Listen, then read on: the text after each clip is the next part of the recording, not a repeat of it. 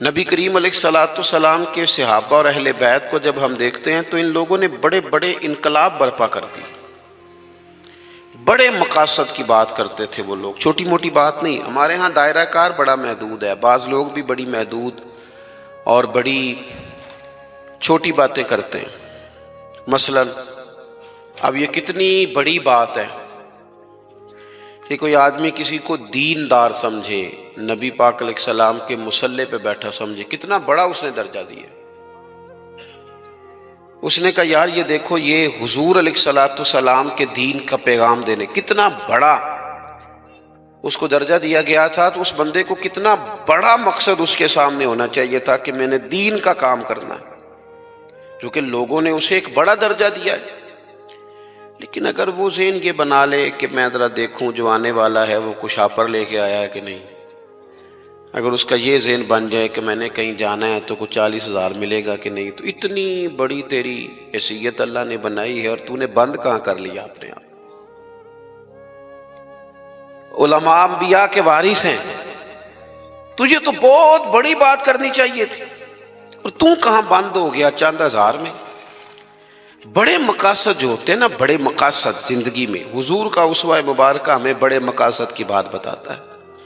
ہم چونکہ احادیث کو روز سنتے ہیں، روز پڑھتے ہیں، تو ہم اس طرح سے اس کی گہرائی میں اترتے نہیں جیسے ہمیں اترنا چاہیے۔ حضور کا ہر فرمان ایک مقصد کی بات کرتا ہے، ہر فرمان۔ چلیں جن لوگوں کو بڑا سادہ سا مختصر جملوں میں احادیث یاد ہیں، چند باتیں تو نے بھی حضور کی یقیناً یاد ہوں گی۔ نبی کریم نے فرمایا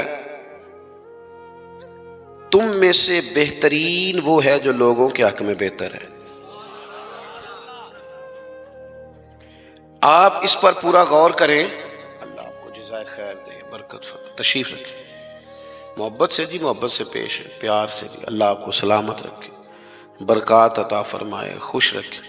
آپ سارے موبائل ضرور چلائیں، لیکن صرف موبائل ہی نہ چلائیں، تھوڑی ہماری بھی بات سنیں۔ اللہ تعالیٰ آپ کو خوش رکھے۔ تھوڑی سی میری بات پر آپ توجہ دیں گے تو مجھے بات کرنے میں آسانی ہوگی۔ میں نے چند ایک گزارشات آپ سے کرنی۔ حضور نے فرمایا تم میں سے بہتر وہ ہے جو لوگوں کے حق میں۔ اب یہ ایک جملہ حدیث پاک اگر ہم صحیح طرح اپنی زندگی میں نافذ کر لینا، اتنا ہی، یار میں نے بہتر بننا ہے اپنے بچوں کے حق میں بھی، بہن بھائیوں کے حق میں بھی، بیوی اور سسرال کے حق میں بھی، ننیال اور ددیال کے حق میں بھی، میں نے ان کا کوئی نہ کوئی نفع کرنا ہے۔ یہ حضور کی ایک حدیث انسان کو اتنا بڑا مقصد دے دیتی ہے نا، ساری زندگی بندہ لگا سکتا ہے، ساری زندگی اور با مقصد زندگی ہو جاتی ہے۔ جب زندگی با مقصد ہوتی ہے پھر بندہ بور بھی نہیں ہوتا، پریشان بھی نہیں ہوتا، تنگ بھی نہیں ہوتا۔ کہ بے مقصد بے فائدہ کام، ایک ہے با مقصد۔ حضرت عثمان غنی رضی اللہ تعالیٰ عنہ فرماتے ہیں کہ حضرت عمر فاروق رضی اللہ تعالیٰ عنہ کا دور مبارک تھا، دوپہر تھی اور گرمی بہت زیادہ تھی، لوگ اپنے اپنے گھروں میں آرام کر رہے تھے۔ مجھے کسی مجبوری کے لیے اپنے گھر کی چھت پہ جانا پڑا تو میں نے دیکھا کہ ایک شخص بوڑھا اونٹوں کو ہانکتا ہوا آ رہا ہے۔ میرے ذہن میں خیال آیا کہ یار ساری دنیا دوپہر کو سو رہی ہے، شدت کی دھوپ ہے، آپ بھی سو جاتے، عصر کے وقت آپ اونٹوں کو چلا لیتے۔ یہ کون ہے جو اس وقت بھی؟ کہتے میں کچھ دیر رک گیا، لیکن جیسے ہی وہ میرے قریب آئے، وہ کوئی عام آدمی تو نہیں، وہ تو حضرت عمر فاروق ہے رضی اللہ تعالیٰ عنہ۔ آپ فرماتے ہیں کہ میں جھٹ سے سیڑھیوں سے نیچے اترا اور میں نے جناب عمر سے عرض کی کہ حضور اس وقت آپ؟ فرمانے لگے یہ مال غنیمت کے 2 اونٹ بھاگ گئے تھے، انہیں پکڑنے گیا تھا۔ میں نے عرض کی حضور کسی غلام سے کہہ دیتے۔ فرمانے لگے مسلمانوں کے مال کی حفاظت کی ذمہ داری میری ہے، غلام کی تو نہیں نا۔ اب ایک مقصد ہے نا کہ میں نے ایک ڈیوٹی کرنی ہے، میں نے خدمت کرنی ہے۔ میں طالب علموں سے کہتا ہوں، علماء سے نہیں، طلباء سے میں کہتا ہوں آپ سارا دن کیوں شکوہ کرتے ہیں؟ آپ کمیٹی کی مسجد سمجھ کے اس کی خدمت نہ کریں، اللہ کا گھر سمجھ کے کریں۔ مسجد کمیٹی کی نہیں ہوتی، مسجد اللہ تعالیٰ کا گھر ہوتی۔ اللہ کا گھر جان کر آپ اس کی خدمت کریں گے تو آسانی ملے گی۔ میری بات پر توجہ کریں جی، بیٹھ جاؤ بیٹا، اللہ آپ کو خوش رکھے۔ تو اپنی زندگی میں بامقصد کام جب ہم کرتے ہیں تو پھر تھوڑی سی سکون محسوس کرتے ہیں۔ اسی طرح سے نبی کریم علیہ السلام کا ایک تو یہ فرمان ہمیں مقصد بتاتا ہے، ایک دوسری بات سنیں۔ حضور علیہ السلام نے فرمایا، اچھا میں یہ سمجھتا ہوں کہ نبی پاک علیہ السلام کی اس ایک حدیث پر عمل کر لیا نہ جائے نا، جو ہم سب کو آتی بھی ہے، تو سارے ملک میں سکون ہو جائے، سارے گھروں میں قرار آ جائے، سارے خاندانوں میں خوبصورتی آ جائے۔ حضور علیہ السلام نے فرمایا، تم میں سے کوئی اس وقت تک مومن نہیں ہو سکتا جب تک اپنے بھائی کے لیے بھی وہی پسند نہ کرے جو اپنے لیے پسند کرتا ہے۔ آتی ہے نا سب کو حدیث پاک؟ ہاں نہ تو کرو نا، چلو جس کو نہیں بھی آتی تھی اس نے ابھی سن تو لی ہے نا۔ حضور نے فرمایا، تم میں سے کوئی اتنی دیر تک مومن ہو سکتا جب تک وہ جو اپنے لیے پسند کرتا ہے وہی اپنے بھائی کے لیے بھی، حدیث ہے نا، آپ نے سنی ہوئی ہے نا، ایسے ہی ہے، ایسا ہوتا بھی ہے کہ ہم جو اپنے لیے پسند کرتے ہیں وہی بھائی کے لیے بھی کرتے ہیں، ہوتا ہے ایسے۔ ہم پتہ کیا کرتے ہیں، دکان پہ کپڑے خریدنے جائیں نا تو کہتے ہیں یار کوئی کپڑے دکھا، سوٹ سلوانا ہے، تو دو چار جوڑے خود لے لیے، پھر اسی انہوں آکید ہے ہون کوئی دین دوان والے بھی وخا، وہ کڑے ہوں نا جڑے پان والے نہیں ہوں۔ ایسی بات ہی ہے نا، اب جو دینے ہیں وہ بھی، یعنی وہ بڑا نیکی کر رہا ہے امیر آدمی، اپنے نوکر کو کپڑے دے رہا ہے، کہتا ہے یہ بالکل ٹھیک ہے، میں نے بس 2 دفعہ ہی پہنا پہ نیا بالکل۔ وہ بھائی نواں ہوتا تو نہیں سی دینا، بالکل ٹھیک ہوتا تو دیتا۔ ہم کیا کرتے ہیں، ہم ماحول اس طرح کا ہم نے بنا لیا ہے کہ اپنی ذات، اپنے بچے، اپنا گھر، اپنا ادارہ اس میں بند ہو جاتے ہیں۔ ایک سوچ جو امت کی سوچ ہے، جو قومی اور عالمی سوچ ہے، اس سوچ کے مطابق ہم کوئی کام نہیں کرتے جب تک کہ ہم حضور کے اس مقدس فرمان پر نہیں غور کرتے کہ جو میں نے اپنے لیے پسند کرنا ہے وہی اپنے۔ تو مجھے بتائیے، جب یہ سوچ ہوگی تو کوئی بندہ ملاوٹ والی چیز بیچے گا، غلط چیز سیل کرے گا، دنیا کو دھوکہ دے گا؟ لیکن ہم تو غور ہی نہیں کرتے، بس حدیث سن لی، معاملہ ختم ہو گیا۔ آپ دیکھیں، امام غزالی فرماتے ہیں، نبی پاک علیہ السلام کے ساتھ حضور کے غلام تھے، ایک درخت پر محبوب نے اشارہ کیا کہ یہاں سے 2 مسواکیں اتاریے، سادی سی بات ہے نا، مسواکیں اتار لی گئیں، خادم اتار لایا، اس نے لا کے حضور کی بارگاہ میں پیش کی۔ ایک مسواک بالکل سیدھی تھی، ایک تھوڑی ٹیڑھی تھی۔ اب مسواک تھوڑی ٹیڑھی بھی ہو تو دانتوں پر چلنے سے انکار تو نہیں نہ کرتی، نہ کوئی دانت صاف کرنے میں کوئی حرج ہوتا ہے، تھوڑی سی ٹیڑھی تھی، ایک ذرا سیدھی تھی۔ تو نبی کریم علیہ السلام کی خدمت میں غلام نے دونوں پیش کر دی، تو محبوب نے ٹیڑھی مسواک رکھ لی اور سیدھی حضور نے غلام سے فرمایا کہ یہ آپ، آج کل تو یہ کام الا ماشاءاللہ مذہبی لوگ بھی نہیں کرتے۔ میں ایک جگہ دینی مدرسوں کے اہتمام کرنے والے جو لوگ تھے ان کی میٹنگ تھی، تو وہاں ایک صاحب نے بڑا تقویٰ بیان کیا، کہنے لگا میں نے کبھی مدرسے کی روٹی نہیں کھائی، حالانکہ مدرسے کا محتمم ہوں، میں نے نہیں کبھی چکھی، اتنا پرہیزگار ہوں۔ بعد میں میری باری آئی تو میں نے کہا جی میرا خیال ہے کہ آپ وہی روٹی کھایا کریں جو مدرسے میں پکتی ہے، آپ تقویٰ بدل دیں۔ آپ کو پتا تو بیچارے بچے کھاتے کیا ہیں، جو کچھ کمیٹی کے صدر کے گھر پکتا ہے اور جو محتمم کے گھر پکتا ہے اسے غور کرنی چاہیے کہ طلباء کو وہی دے رہا ہے، ان کے ساتھ بھی رویہ وہی ہے۔ کیوں نہیں ان چیزوں کو سمجھتے کہ ہمیں نبی پاک علیہ السلام نے کن مقاصد حیات سے آگاہ کیا؟ اللہ کے حبیب علیہ السلام نے فرمایا ٹیڑھی مسواک مجھے دے دو۔ عرض کی حضور میرے ماں باپ قربان ہوں، میری روح میری جان قربان ہو، آپ سیدھی رکھیں۔ حضور نے فرمایا نا بھئی، میں نے خود ہی تو امت کو قانون دیا ہے کہ مومن وہ ہے جو اپنے لیے پسند کرے وہی اپنے بھائی کے لیے بھی پسند کرے۔ اخلاقاً ایک بات اپنے دل سے پوچھیں، میں اپنے آپ سے پوچھوں، کیا ہمارا بہو کے بارے میں بھی وہی ذہن ہے جو بیٹی کے بارے میں ہے؟ وہ ساری گنجائشیں، وہ ساری معافیاں جو بیٹی کو ملتی ہیں اور نہیں ابھی بچی ہے تو نہیں ابھی چھوٹی ہے تو نہیں ہم نے ابھی کام کرائے نہیں تو نہیں ابھی مطلب اس پر کوئی بوجھ ڈالا نہیں تھا تو نہیں ذرا یہاں ماحول اور تھا. یہ جتنی کہانیاں بیٹی کے حق میں یاد ہوتی ہیں. مومن تو وہ ہے نا جو اپنے لیے پسند کرے وہی اپنے. تو یہ ساری کہانیاں بہو کے حق میں کیوں نہیں یاد آتی؟ یہ کیوں نہیں یاد آتی؟ یہ جو ہم اپنے داماد کو مشورہ دے رہے ہوتے ہیں کہ چل پتر غصہ نہ کر، آہستہ آہستہ ٹھیک ہو جائے گی، تو یہ والا مشورہ اپنے بیٹے کو کیوں نہیں دیتے بہو کے حق میں؟ خدا کے بندو، جب مومن کے اعلیٰ اخلاق ہوتے ہیں، اس کے مقاصد حیات بڑے ہوتے ہیں، وہ چھوٹی چھوٹی کچی کچی کمزور باتیں نہیں کرتا، خود غرض زندگی نہیں گزارتا. اس کا یہ سٹیٹس ہی نہیں ہوتا کہ بس اپنی ذات سے شروع ہو اور اپنی ذات پر وہ ختم ہو جائے. وہ بڑی باتیں کرتا ہے، بڑے خیالات کا مالک ہوتا ہے، بڑے حوصلے ہوتے ہیں اس کا ظرف بڑا ہوتا ہے، اس کی سوچ بڑی ہوتی ہے، اس کا مزاج بڑا ہوتا ہے. تو اپنی زندگی کے اندر حضرت بایزید بسطامی رحمۃ اللہ علیہ کا ایک یہودی پڑوسی تھا اور مخالف بھی بڑا تھا. ساری زندگی اس نے حضرت بایزید کی مخالفت کی. کچھ لوگوں کو پتہ ہوتا ہے کہ جس کی میں مخالفت کر رہا ہوں بندہ ٹھیک ہے، پر اندر کے حسد کا کیا کچھ نہیں نہ جا سکتا. ساری زندگی حسد کرتے، اس نے بھی کیا اور بڑی غلط باتیں پھیلائیں. اس سے کوئی غلطی ہو گئی، اس یہودی سے جو یہودیوں کا عالم تھا، اس سے کوئی غلطی ہو گئی. یہودی اس سے ناراض ہو گئے، حالات اس کے خراب ہو گئے.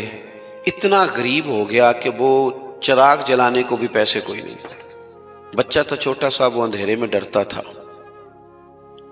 روتا تھا. حضرت بایزید بسطامی گھر آئے تو اپنی گھر والی سے پوچھنے لگے، کل بھی میں نے نوٹ کیا یہ بچہ روتا ہے، آج بھی نوٹ کیا. تو کہنے لگی، وہ جو گھر والوں سے پوچھا جو بھی گھر میں موجود تھا، انہوں نے کہا جناب وہ غربت ہے، آپ کو پتہ ہے، اس کے حالات بڑے کمزور ہو گئے ہیں، تو بچہ اندھیرے سے ڈرتا ہے، چراغ جلانے کو تیل کوئی نہیں، پیسے کوئی نہیں، دشمن ہے، ساری زندگی مخالفت کی. حضرت بایزید نے چراغ میں بتی بھی ڈالی، تیل بھی ڈالا، اس کے دروازے پہ دستک دی. وہ یہودی باہر آیا، آ کر کے آپ کی طرف دیکھا تو آپ نے نا اس کے بولنے سے پہلے فرمایا کہ پوری گلی اور چوک دیکھ لے، بندہ کوئی دیکھ نہیں رہا، اور تو مجھے جانتا ہے میں جھوٹ نہیں بولتا، میں بتاؤں گا بھی کسی کو نہیں. یہ تو چراغ رکھ لے تاکہ تیرا بچہ سو جائے، آرام سے وہ لیٹ جائے، میں کسی سے ذکر نہیں کروں گا، تیرا میرا راز رہے گا. اور میں نے رات کو میں آیا ہوں، دیکھ بھی کوئی نہیں رہا. وہ یہودی کہتا ہے بولنے کی طاقت ہی کوئی نہ رہی. ہم تو دشمن کو بھی پاکیزہ سزا دیتے ہیں، ہم تو دشمن کو بھی پاکیزہ سزا دیتے ہیں. وہ اندر چلا گیا چراغ لے کے، رات بھر بچہ سویا رہا. دوسرا دن پھر ہوا، شام تھوڑی سی گہری ہوئی، لوگ اپنے اپنے گھروں میں سوئے، بچہ ڈرتا تھا اندھیرے سے. حضرت بایزید نے پھر چراغ میں تیل ڈالا، بتی ڈالی، دروازے پہ دستک دی. جب وہ باہر آیا تو فرمانے لگے، تو دیکھ رہا ہے کہ کوئی بندہ موجود نہیں، اور تجھے پتہ ہے میں جھوٹ بھی نہیں بولتا، کسی کو بتاؤں گا نہیں، یا یہ لے جا تیرا بچہ سو جائے. اس نے مخالفت کی ہے ساری زندگی، اس کو دے دیا، اس کا بچہ سو گیا. تیسرا دن پھر ہوا، وہی وقت، وہی انداز، وہی باتیں. دستک دے کے کہا کوئی شخص نہیں دیکھ رہا، چراغ لے لے، بتاؤں گا بھی کسی کو نہیں، اور تجھے پتہ ہے میں جھوٹ نہیں بولتا. وہ چراغ آپ بڑھا کے دروازہ بند کرنے لگے تھے کہ وہ یہودی زور زور سے چلایا، کہنے لگا باہر آؤ بھی سارے مسلمانوں، نکلو بھی یہودیوں سارے باہر. لوگ سارے باہر گلیوں میں آ گئے، کہنے لگے یہ بایزید بسطامی ہے، میں نے ساری زندگی جھوٹے الزامات لگائے، آج جب میری حالت یہ ہے کہ میرے اپنوں سے مجھے کوئی پوچھنے نہیں آتا، اس شخص سے میرے بچے کا رونا نہیں دیکھا گیا. یہ تڑپ گیا ہے کہ کسی کا بچہ کیوں روئے. یہ روز مجھے چراغ جلا کے دے جاتا ہے، گھر میں میرے روشنی ہو جاتی ہے، بچہ میرا سو جاتا ہے، پر میں ساری رات نہیں سوتا. میں آج تم سب کو گواہ بنا کے کہتا ہوں، جو میں نے ان کے بارے میں زندگی بھر کہا وہ سارا غلط تھا. اور یہ بھی تمہیں بتاتا ہوں کہ پہلے میں نے دین اسلام سنا تھا، 3 دن ہو گئے میں دین کو دیکھ رہا ہوں. پہلے سنا تھا، میں دیکھ رہا ہوں کہنے لگا میں تم سب کو گواہ بنا کے کہتا ہوں کہ بایزید بھی سچے ہیں، بایزید کا دین بھی سچا ہے، اور جس رسول کا یہ کلمہ پڑھتے ہیں وہ رسول بھی سچے ہیں۔ اس نے کلمہ پڑھا اور مسلمان ہو گیا۔ ہمارا یہ حال ہے کہ سگا بھائی کہتا ہے کہ مجھے کارنر والا پلاٹ چاہیے، وہ پھر ساری باتیں یاد آ جاتی ہیں اس کو، کہتا ہے کارنر والا چاہیے چونکہ کام تو پہلا میں لگا سا، کمائی تو پہلے میں نے کی تھی، لہذا چھوٹا بھائی جو ہے وہ تو دیر سے آیا تھا تو اس کا تو حق ہی نہیں بنتا، وہ پیچھے جائے اور کارنر والا پلاٹ، یہ زیادہ دیر نہیں لگے گی، 20-25 سال گزریں گے۔ اس طرح آپ والد کو پریشان کریں، اس طرح آپ کے بچے آپ کو کریں گے، خدا نہ کرے وہ بھی کہیں گے ابا یہ کارنر والا میرا ہے، تو کدھر سے آ گیا۔ تو حضور نے ہمیں اعلیٰ مقاصد، اعلیٰ اخلاق، اعلیٰ کردار، بڑی باتیں کرنے کا۔ ہمارے پاس بڑی کہانیاں ہوتی ہیں پر ساری اپنے حق میں، بڑے دلائل ہوتے ہیں پر سارے اپنے حق میں، بڑی باتیں آتی ہیں پر ساری۔ ہمارے ایک بزرگ کہا کرتے تھے میں ایسے بیوقوفوں کو جانتا ہوں جو کوئی چیز بھی پھینکے نہ تو اپنے گھر میں ہی پھینکتے ہیں، حالانکہ بھولے بھلے بیوقوف اپنے گھر میں پھینکیں۔ تھوڑی سی نا خود غرضی کی چادر اتاری جائے، بڑی سوچیں پیدا کی جائیں، بڑے مقاصد پیدا کیے جائیں، تھوڑا سا نا بندہ کسی کے لیے بھی کبھی دعا کرے، کبھی اس کی آرزو ہو کہ کسی اور کے حق میں بھی وہ خیر کا جملہ کہے۔ حضرت مولا علی شیر خدا کرم اللہ تعالی وجہ الکریم، میں نے یہ دیکھا ہے کہ جو بندے جس کے بچے روز 4,000 کے برگر کھا جاتے ہیں نا، اس کا ملازم اگر کہہ دینا کہ جناب اس دفعہ نا میرے لیے کچھ مشکل آ گئی ہے، کو 5,000 ایڈوانس چاہیے، تو جس کے گھر میں روز بچے کھانا پکنے کے باوجود 4,000 کا فاسٹ فوڈ کھاتے ہیں، وہ ملازم سے کہہ رہا ہوتا ہے او تو خرچے کیوں نہیں کٹ کرتا، اپنی طاقت کے مطابق خرچ کر۔ دوسروں کو نصیحت کرنا آسان ہے، لیکن کیا مسئلہ ہے کہ ہم اپنے بچوں کے حق میں جتنی آسانیاں چاہتے ہیں وہ دوسروں کے بچے نہیں، دوسروں کی اولاد نہیں۔ دوسرے کے گھر میں روشنی ہوگی تو ہم کیا سمجھتے ہیں کہ دنیا سے روشنی کم ہو جائے گی؟ کبھی بھی نور بانٹنے سے نور کم نہیں ہوتا۔ ایک شمع سے ہزاروں دیے بھی جل جائیں تو پہلی والی کی روشنی میں کبھی کمی نہیں آتی۔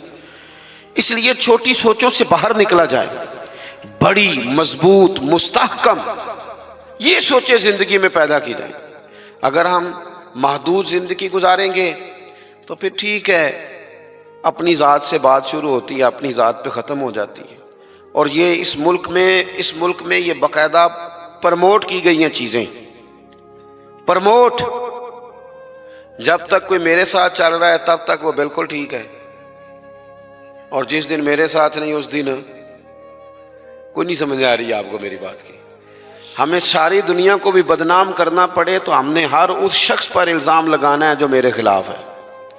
ایسا نہ کریں، آپ ان چیزوں سے تھوڑا باہر نکلیں، اور یہ سارے ہی کام کرتے ہیں، کسی ایک کا نہیں مسئلہ، سب سیاسی، سماجی، فلاحی، الا ماشاءاللہ مذہبی، جو میرے ساتھ ہے وہ ٹھیک ہے، جو میرے ساتھ نہیں بندہ ہی ٹھیک نہیں، سرے سے بات ہی ختم ہو گئی۔ وہ خدا کے بندو، یہ دعویٰ صرف نبیوں کو سجتا ہے، صرف رسولوں کو سجتا ہے، باقی کوئی شخص یہ دعویٰ کرے تو دعویٰ اس کا 100% غلط۔ تو اپنی زندگی کے اندر ان باتوں پر ضرور غور کریں کہ اعلیٰ حضرت مولا علی شیر خدا کرم اللہ تعالی وجہ الکریم گھر سے نکلے، اپنے غلام سے کہنے لگے آج ذرا خریداری کرنے چلے، بازار تشریف لے گئے، وہاں سے 2 سوٹ خریدے، ایک ذرا کم قیمت کا تھا، ایک ذرا زیادہ قیمت کا تھا۔ اب وہ خرید کے دونوں تھیلے میں ڈال لیے۔ آپ کا خادم کہتا ہے میں سمجھ گیا جو مہنگا ہے وہ آقا کا ہے اور جو سستا ہے وہ غلام کا ہے۔ کہتے ہیں لے کے واپس آئے، وہ چوک آ گیا، وہ جگہ آ گئی جہاں سے حضرت مولا علی نے اپنے کاشانہ نور پہ جانا تھا اور میں نے اپنے گھر جانا تھا۔ کہتے ہیں حضرت مولا کائنات فرمانے لگے ذرا میرے والا جوڑا مجھے دینا۔ کہتے ہیں میں نے وہ مہنگا والا نکال کے حضرت علی کو پیش کیا تو فرمانے لگے یہ نہیں میرا تو وہ دوسرا ہے۔ مجھے بتائیں کہ روب کپڑوں کا ہوتا ہے کہ کردار کا؟ بولیے،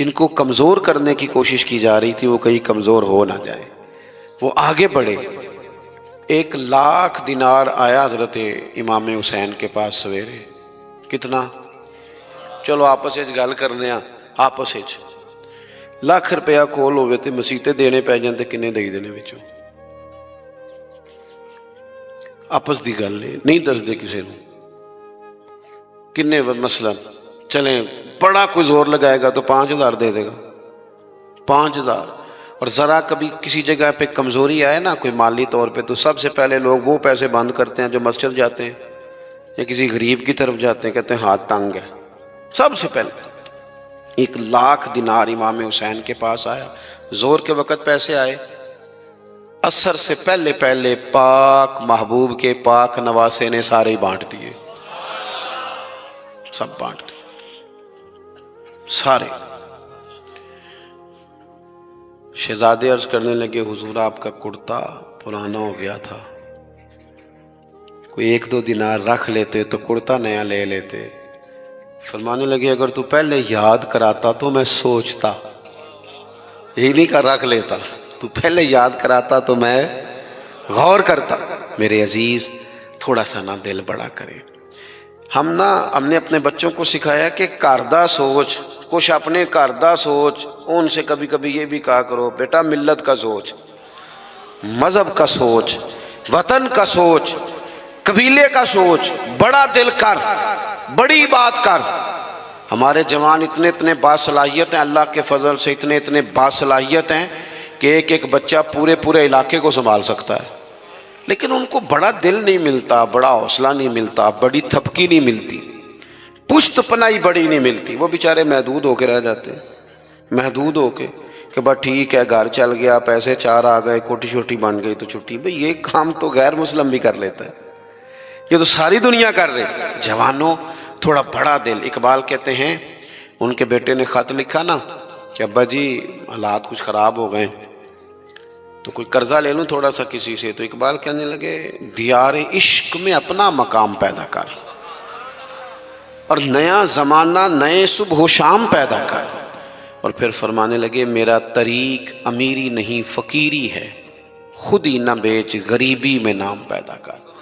تو آج کی ساری گفتگو کا ماحصل اور لب لباب یہ ہے کہ ہم نے اپنے لیے نہیں صرف جینا، ہم نے دل بھی بڑا رکھنا ہے، ذہن بھی بڑا رکھنا ہے۔ کیا کہا تھا حضرت بلے شاہ نے؟ دنیا آوے دنیا، گلی نہیں، محلہ نہیں، علاقہ نہیں، ملک نہیں، دنیا آوے کھا جاوے راضی ہووے بلا۔ دنیا آوے تے کھا جاوے تے راضی ہووے۔ اس طرح کا ذوق بنائیں، پھر دیکھیں لطف کتنا آتا ہے۔ پھر میں دعا کرتا ہوں جن احباب نے اتنی خوبصورت محفل سجائی، ماشاءاللہ اتنے سارے لوگ آئے، آج چھٹی بھی نہیں ہے، پھر بھی دوپہر کے وقت میں اللہ تعالیٰ آپ کو بہترین صلہ عطا فرمائے اور ہماری حاضری کو مالک اپنی بارگاہ میں قبول کرے۔ آخر دعوانا الحمدللہ۔